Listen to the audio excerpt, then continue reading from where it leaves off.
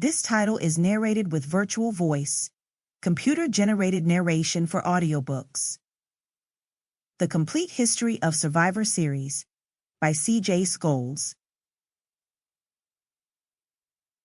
Who will survive?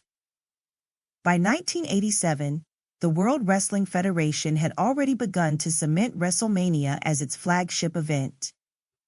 Drawing record gates and attracting huge television audiences across the United States and beyond, the granddaddy of them all was already beginning to change the landscape of professional wrestling, but for WWF boss, Vince McMahon, that wasn't enough.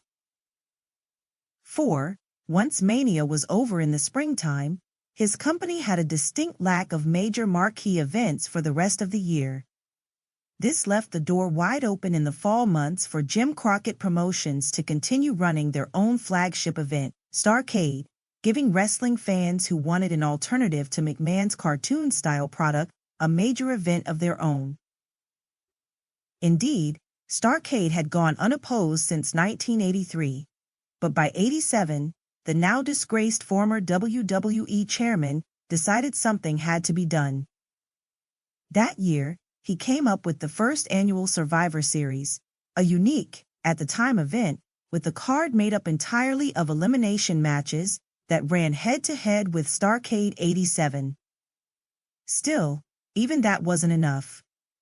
McMahon not only ran Survivor Series on the same night that Crockett promoted Ric Flair versus NWA champion Ronnie Garvin, but he also went as far as to threaten pay-per-view characters that if they chose to air Starrcade rather than Survivor Series, they would not be allowed to air WrestleMania 4. Given how lucrative Mania was fast becoming, few carriers were prepared to take that risk. The result? Starrcade '87 was a financial flop, while Survivor Series went on to become the second longest-running PPV in pro wrestling history, behind only Mania itself. A major shot had been fired in the ongoing war between the World Wrestling Federation and the company that would eventually morph into World Championship Wrestling. In the years that followed, WCW would fire shots of their own, even going so far as to thrash the WWF to within an inch of its life and overtake McMahon's sports entertainment empire as the #1 pro wrestling company in the U.S. Neither Vince nor the WWF was out for the count, and at the 1997 show, an event now forever immortalized as the Montreal Screwjob would catalyze the Fed's revival, turning Vince McMahon into the most despised heel in all pro wrestling and launching the company into their most successful period to date, the Attitude Era. In the first of Retro Pro Wrestling's 3-volume history of the Survivor Series, you'll revisit every single match, angle, and interview from the opening bell of the '87 show to the controversial finale to Survivor Series '97. I hope you enjoy reliving these shows as much as I did. Chris CJ Scholes. Survivor Series 1987. Richfield Coliseum in Richfield, Ohio. November 26, 1987. Attendance, 21,300. Teams of 5 strive to survive as the World Wrestling Federation presents a brand new pay-per-view concept. The original Coliseum home video release of this was heavily and often badly edited. Sadly, that just so happens to be the version we're watching today. Still, let's see what went down, shall we?